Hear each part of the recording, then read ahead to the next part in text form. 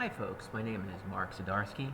I am the observing chairperson of the North Jersey Astronomical Group, and welcome to the NJAG March 2022 night sky.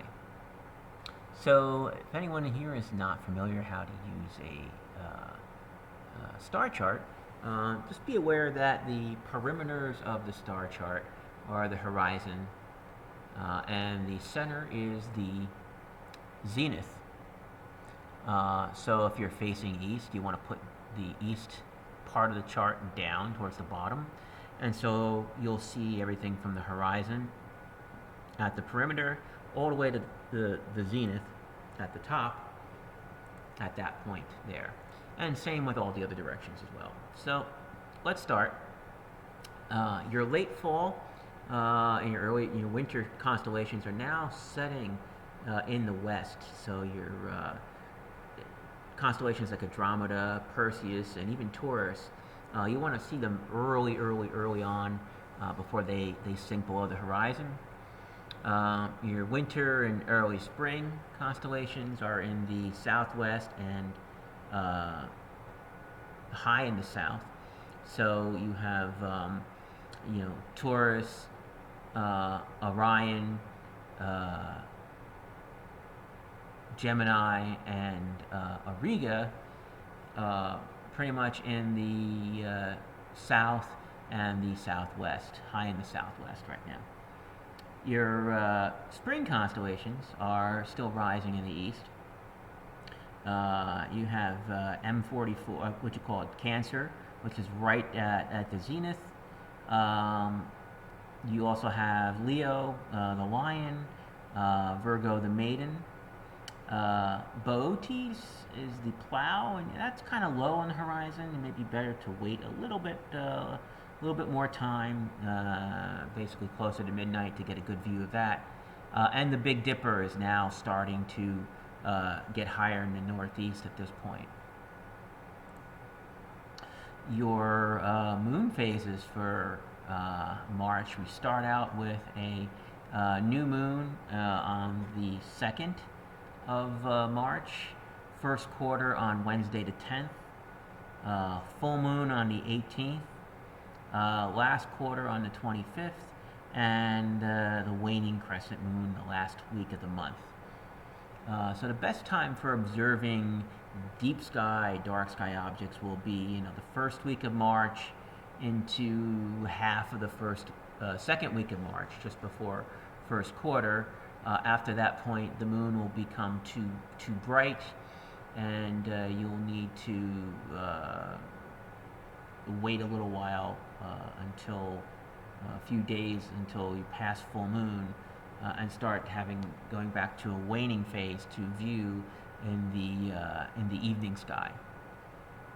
After last quarter, you'll have most of the night to do your dark sky, deep sky viewing, rather. Speaking about the moon, we have a treat. On the nights of May, this is a couple months ahead, 15th and 16th, we have a total lunar eclipse going on that night. And so your partial eclipse begins around 10:30 in the evening. Your totality begins at 11:29. Mid-eclipse is 12:11, and totality ends at 12:53, and your partial eclipse will end at 5:02. So this will place the moon nice and high, and it'll be some really good viewing. So hopefully the skies are clear for that. So start planning now. So our bright planets, so Mars, Venus, and Saturn, are all in the low in the southeast all month, just before dawn. In Saturn, you want to wait a little bit further, maybe towards the end of March, because it just got behind the sun and is now entering the morning sky at this point. So it's going to be hidden by the sun's glare still. But Venus is shining very bright, and if you use binoculars, you should be able to find Mars as well. Also, going back to the evening sky, the waxing crescent moon will visit the Pleiades and the Hyades in Taurus, it'll come right in between the Pleiades and Aldebaran. So there may be some occultations, so you might be able to see some stars being covered up by the dark limb of the moon during that time of that night of March 8th. So have a close look with binoculars or a wide field telescope. The moon, the waxing gibbous moon at that point, will be skirting across the ecliptic and will cross into Gemini on March 12th, being right just above Orion and going into right below Castor and Pollux. The end of March will be pretty interesting, and if you have a camera with a tripod, that might be good to try to take this picture. You'll have the waning crescent moon on March 28th visiting Venus, Saturn, and Mars, kind of close together there. And so if the skies are clear and you have a good view of the low southeast horizons, you might get a good chance of seeing these. And then, as you can see, it's the end of the month, and Mars has risen up higher. Saturn has risen up higher to join Venus and Mars. It'll be better placed for a little bit of viewing. Again, binoculars will help. So on March 13th, just a reminder to everyone, daylight savings time begins, so we push the clock ahead 1 hour. And the equinox is on Sunday, March 20th at 11:33 in the morning. And that's where the sun's rays will be hitting the equator, and we'll have just about equal daylight, hours of daylight and hours of darkness. The 14th is Pi Day, so happy 314. And just also giving you a little idea of where we are, and Earth's orbit around the sun. We have now moved from the winter solstice 1/4 away, and we are at the spring equinox. So now all the stars that are behind this picture here will now be in your nighttime sky. And so we're looking at the nighttime sky and the deep sky objects that are visible during this time. Starting in the west, in the southwest, you have the Orion Nebula on Orion's sword, open clusters M36, M37, M38 in Auriga, M45, the Pleiades, also another really good binocular object. Another binocular object, the M44, the Beehive, that's in Cancer. Also M1, if you're at a dark sky site, that's the supernova remnant in Taurus, and that's at the tip of one of the two horns, the lower horn in Taurus.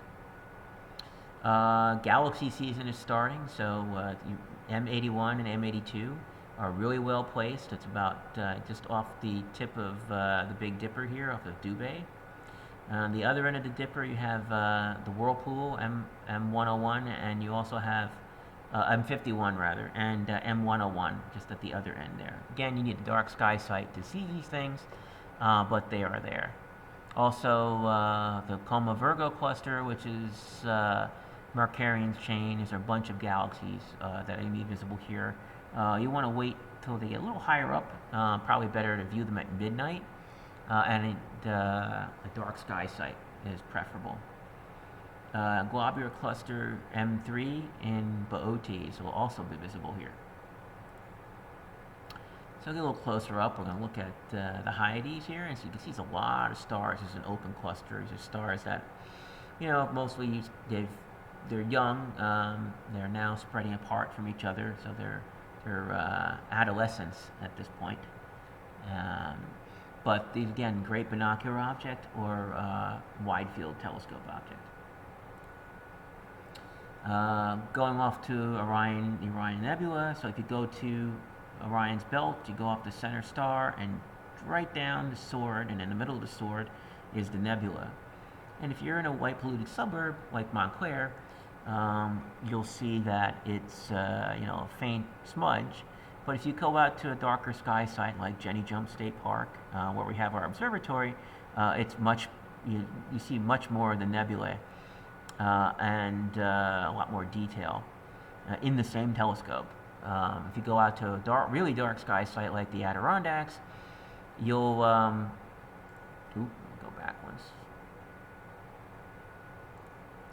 You'll see a lot more detail in this particular same given telescope and eyepiece.